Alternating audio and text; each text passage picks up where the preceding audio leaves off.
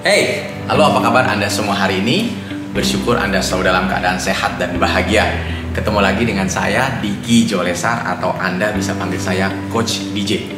Saya adalah seorang bisnis partner di Allianz. Saya seorang leader, mentor, dan coach bisnis yang membantu Anda membangun bisnis untuk mendapatkan income yang Anda inginkan. Nah, pastinya Anda seringkali mendengar teman Anda, saudara, atau bahkan mungkin keluarga Anda bahwa klaim asuransi mereka ditolak. Atau mungkin Anda seringkali membaca dari media elektronik atau mungkin sosial media banyak teman-teman atau kerabat Anda yang klaim asuransinya tidak dibayarkan. Nah, pada kesempatan kali ini saya akan sharing 5 hal penting kenapa klaim Anda ditolak, dan berikut saya akan berikan solusinya. Tapi sebelumnya, Anda bisa lihat dulu video saya berikut ini.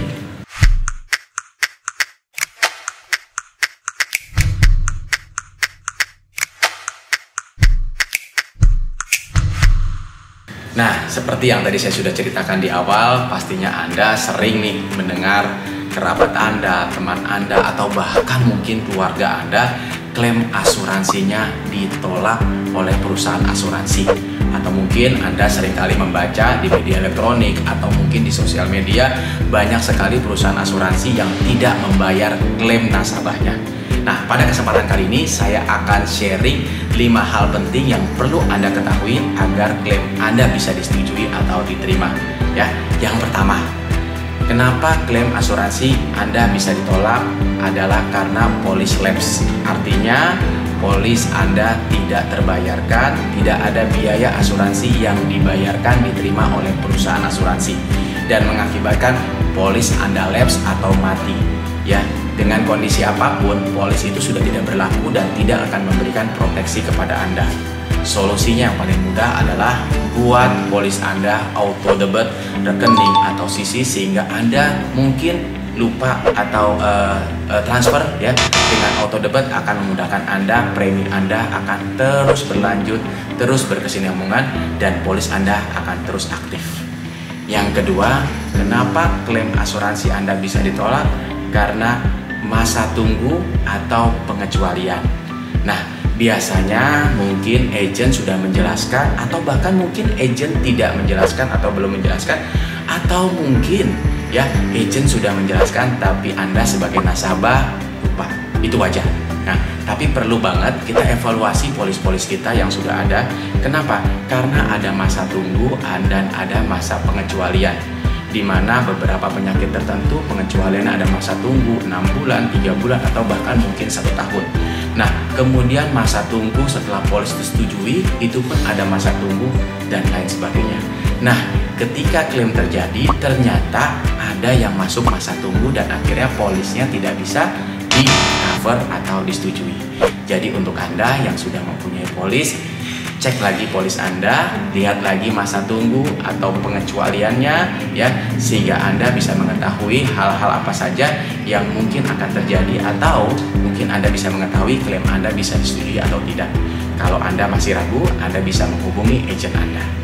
Yang ketiga, ketika polis Anda atau asuransi tidak dibayar adalah karena tidak mengambil rider atau produknya. Seringkali nih ya, nasabah sudah bayar nih ya 1 juta, 2 juta, 3 juta per bulan dan merasa dia sudah tercover sepenuhnya. Tapi ternyata belum tentu, teman-teman. Ya, kenapa? Karena produk yang kita beli harus kita cek terlebih dahulu. Apakah kita ambil produknya atau ridersnya? Atau mungkin ya Anda mengambil produknya hanya produk asuransi jiwa atau penyakit kritis, tapi ternyata ketika terjadi sakit opnam, misalkan sakit demam berdarah, tifus, dan lain sebagainya, Anda nggak di cover biaya rumah sakitnya. Akibatnya Anda merasa bahwa klaim asuransi ditolak dan Anda percuma membayar asuransi, padahal Anda tidak mengetahui secara benar produk atau rider apa yang Anda sudah ambil. Atau mungkin ya ketika Anda ngambil hanya produk kesehatan saja, tapi ternyata terjadilah kondisi kritis atau asuransi jiwa ya, ketika meninggal ternyata tidak ada manfaat uang pertanggungan atau manfaat UP penyakit kritisnya. Nah, banyak hal yang perlu Anda ketahui mengenai polis apa yang Anda ambil sehingga Anda tahu jelas mengenai produk dan rider apa yang Anda miliki ya. Nah, yang keempat, kenapa polis Anda tidak disetujui adalah karena non-disclosure atau tidak jujur. Artinya apa? Ketika Anda mengajukan produk asuransi, mengajukan asuransi, Anda harus jujur. Kenapa? Walaupun Anda mempunyai riwayat kesehatan yang kurang baik, Anda harus kemukakan itu ya.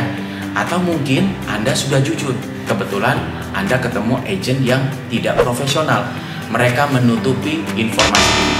Nah, makanya untuk Anda sudah tahu kewajiban Anda untuk menjelaskan semua riwayat kesehatan, dan Anda juga harus mencari agen yang benar-benar profesional sehingga informasi itu sampai ke perusahaan asuransi. Ya, karena apa? Karena ketika Anda tidak jujur atau Anda menutupi informasi riwayat kesehatan atau data-data lainnya, ketika proses klaim ini terjadi, maka perusahaan asuransi akan melakukan investigasi. Ya, mohon maaf, misalkan Anda sudah ada riwayat kesehatan yang cukup berat, sakit jantung, atau sudah pasang ring atau bypass, tapi ternyata Anda mengajukan asuransi dan Anda tidak menginformasikan, atau mungkin Anda menginformasikan tapi agen Anda tidak profesional, mereka menutupi, dan akibatnya apa?